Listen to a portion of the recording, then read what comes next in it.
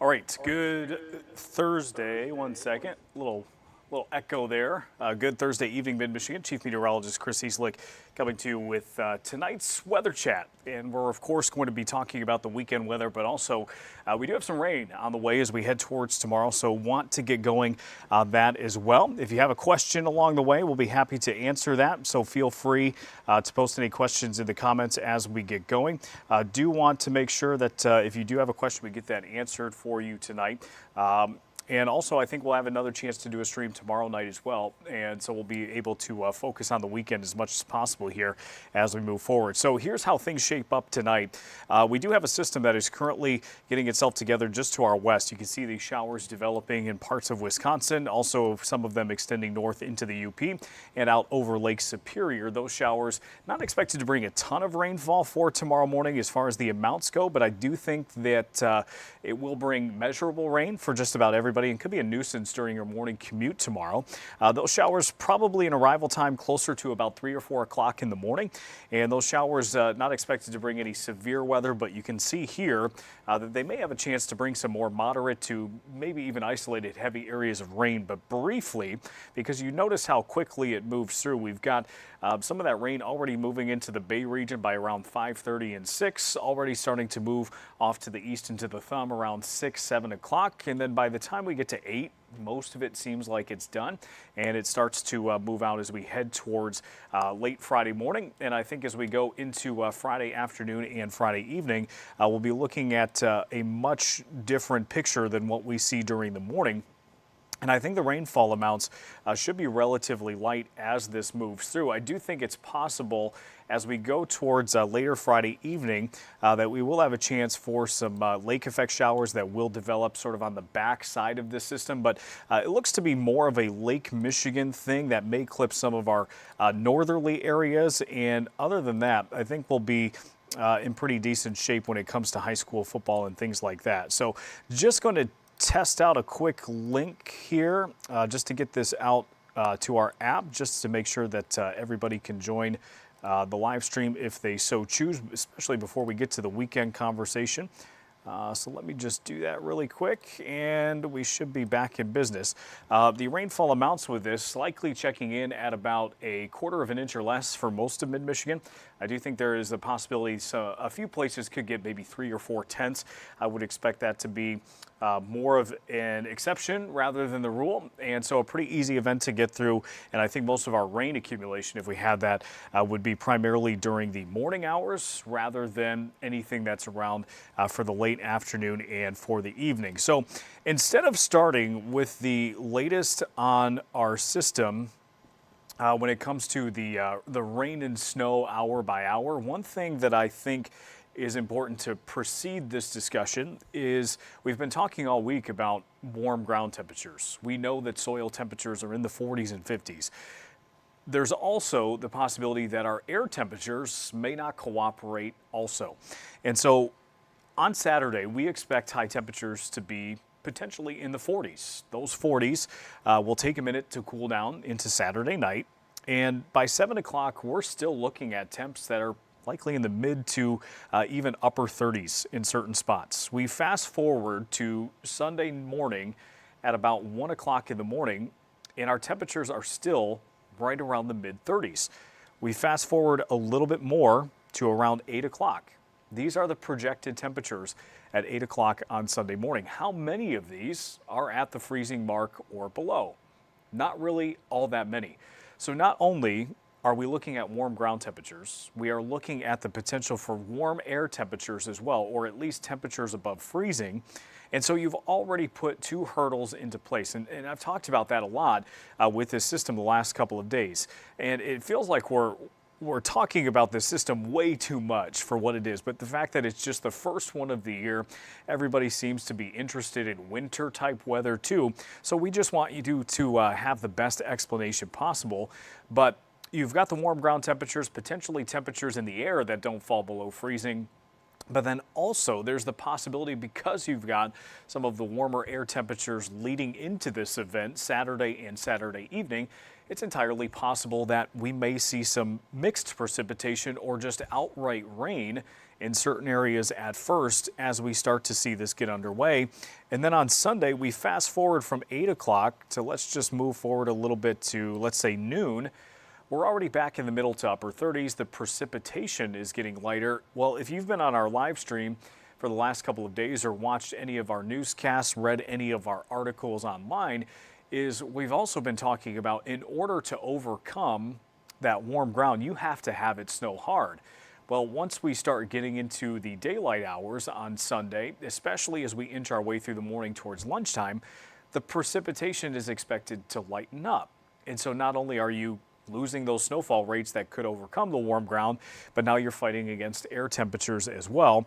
And it also looks like as we go into Sunday afternoon, this model doesn't go quite as far out, but even to 1 o'clock, if we back up a little bit, we're starting to approach 40 in certain areas as we head towards Sunday afternoon. So that is one of the biggest potential problems if you are actually hoping for some accumulating snow this weekend.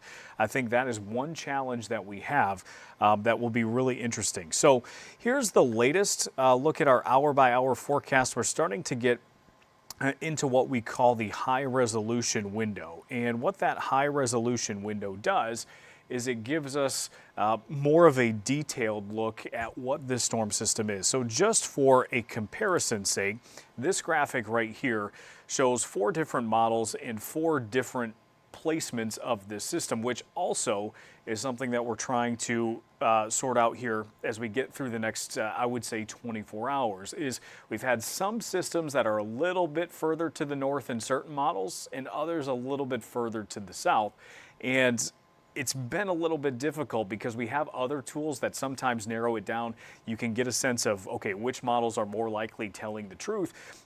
But there's kind of some mixed signals with this, but that is going to improve in the next 12 to 24 hours. And what I mean by that is our system, before we get to the hour-by-hour forecast, I apologize to keep going in a few different directions, but I want to show you this because it's relevant to our discussion, is our system is currently moving onshore in the Pacific Northwest. What does that mean? Well, it means now that it's over lands, now that it is starting to come over the continental United States, we are able to get some weather balloons up into that system. We are able to get actual data.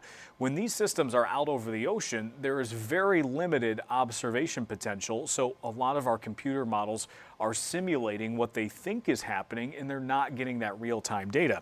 By getting weather balloons into the actual storm system itself as it's starting to come over land tonight, I think you'll start to see some consensus. I think you'll start to see models at the very least converging. There may not be a clear consensus, but I think they'll start moving a little bit closer together, and we'll be able to make some more specific adjustments to that forecast. But I think until that happens, it seems like we still have 2 camps. We have a camp that is right over mid-Michigan that's a little bit more northerly, and then we have a camp that's a little bit further to the south that takes maybe some of the heaviest snow, or I shouldn't say heaviest snow, some of the higher snowfall potential a little bit further south towards areas like Lansing, Jackson, into Detroit, those areas around I-96 and southward.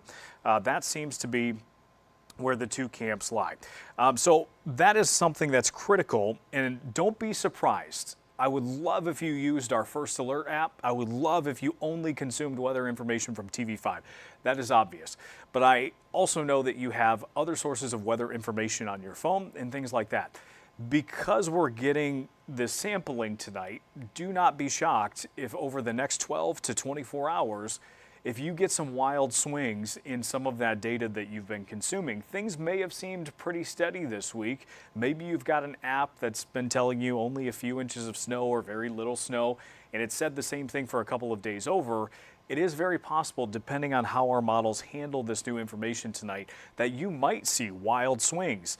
For instance, if it goes towards that southerly solution and you're in the northern or central part of our viewing area, you might see something that was saying you were going to get some snow, and then it completely shifts off to the south, and you go from getting maybe some snow to hardly anything at all. So that's my message with that.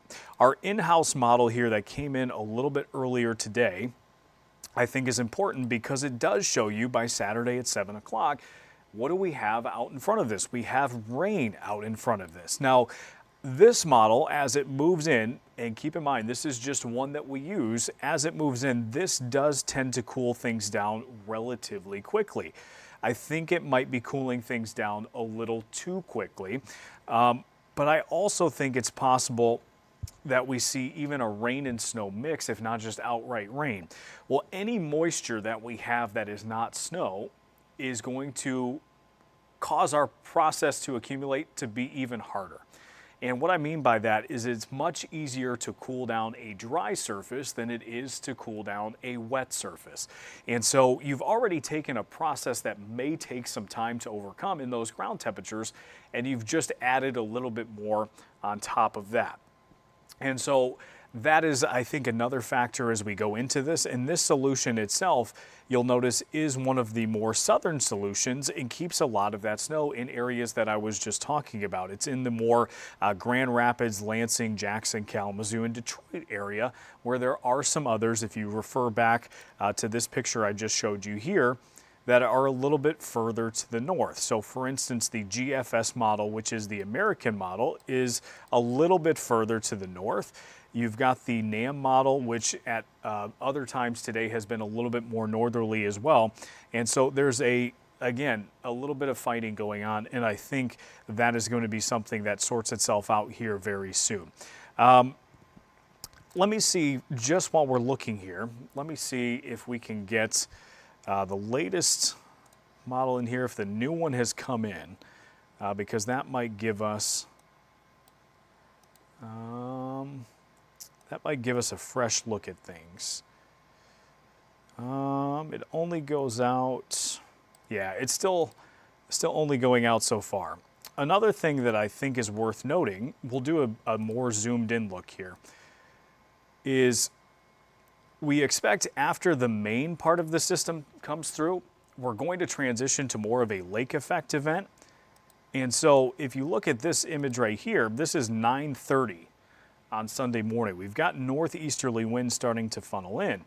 Lake effect, that means heavy snow, right? Our water temperatures are still in the 40s and even 50s as well. Diane looked at that earlier today. Our warm water temperatures are still well above freezing. And so normally you would get some of that cooler air to come off the Great Lakes. That's not going to be the case this time. And so while snowflakes could fly within some of that lake effect, you'll notice that areas downwind of Lake Huron, you've got these green shaded areas indicating at the very least rain is mixing in, if it's not just outright rain. And that's especially true towards those shoreline areas as you get closer to the water. So even though it may seem like, okay, we get past the main batch of snow in the morning and we pick up some lake effect snow, that lake effect itself may not be all that impressive. But the bright side to all this is as we get closer to the weekend and as we start getting into the weekend, we start to get better information and we'll be able to refine this. And so our long-term models do have a little bit of climatology in them, and what I mean by that is they use what is typical as part of the equation when they're running these simulations. So there are times that they may overdo the amount of cold air in certain times of the year. They may overdo the amount of warm air in a system. So we'll see if any of this corrects, but considering our water temperatures are still pretty warm, I think there's some credibility here, and I think we could be looking at some rain mixing in or just outright rain near the lakeshore. So that's kind of all I have. I mean, it's a little bit more information than what we have had the last couple of nights when we've been in the early stages, but I think as we start getting into tomorrow night, we should have a few more specifics on what we're able to get you. But I think the hurdles still remain. I think we're still looking at the possibility of some factors that really prevent what would be a decent system, I think, during the later winter months from being more significant now. The one thing that I think we need to also be aware of going into Monday is the fact that Monday is going to be just downright chilly at times. And so we'll pull up this graphic right here to summarize not only what we expect as far as the winter weather precipitation, but Monday and Tuesday mornings, I think we've got wind chills in the teens, and we've got some damp areas that could refreeze if they're untreated. So I think as snow is falling, our ground temperatures will still make it tough to accumulate on roads. I think grassy areas, elevated surfaces probably our best bet. But if you get wet roads and then you follow that up with some freezing temperatures Monday night into Tuesday morning, that's when you start to get a little ice developing on the roads. Our highs mid to upper 30s, 15 degrees below normal. And now we start that process of cooling things down for future events, assuming we don't warm up too much. Now, I think we will warm up later next week. I don't necessarily think we're looking at, 60s or anything like that. But I think this is kind of a preview of what's to come, of course, as we work through this month and early next month. But I don't necessarily think we're quite done with what is considered normal in November just yet, but we are going to get a taste of that as we go into early next week. So let me just see if there's anything in the comments, and then hopefully we have some good conversation tomorrow night as we start getting into the nitty-gritty. Tristan is watching. Tristan, thanks for using the TV5 app. We've got Paige saying hi from Bad Axe. A couple of other people watching as well. Eric says kind of a sneaky low this time of year, just to give a taste of winter. And the next turn of winter will be later into November and December. Yeah, winter seems like it's been off to a much slower start in recent years. It seems like we get some warm weather, relatively speaking. We get some warm weather through November and even into December before things really start kicking up into late December and early January. And if you're watching our stream last night, if you were, of course, thanks for doing that.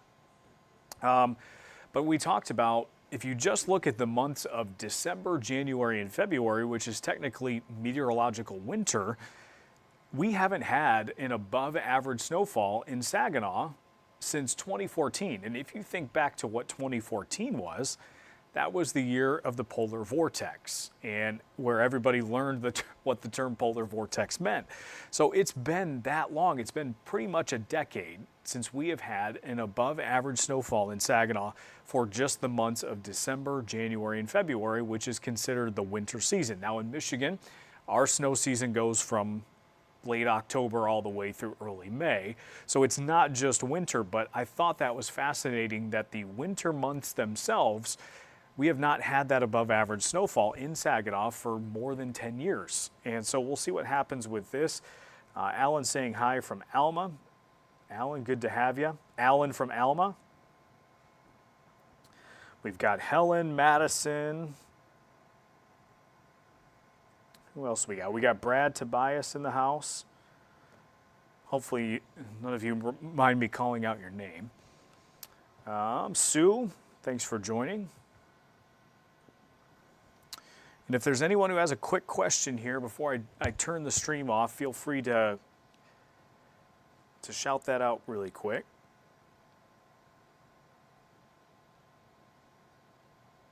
But yeah, ready or not, cooler weather this weekend, and regardless of whether it sticks or not, we've mentioned the challenges with that. We're still expecting some winter weather at some point this weekend. I do think the snowiest time period, we can go back to this model here. I can at least show you that much, as I think once we get to about midnight, our highest snow potential probably somewhere around midnight to, I would say, closer to about 8 a.m.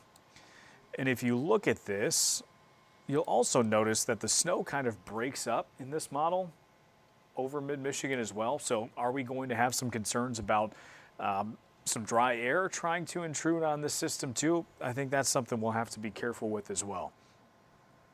So, all right, well, no one's asking questions, which is totally okay.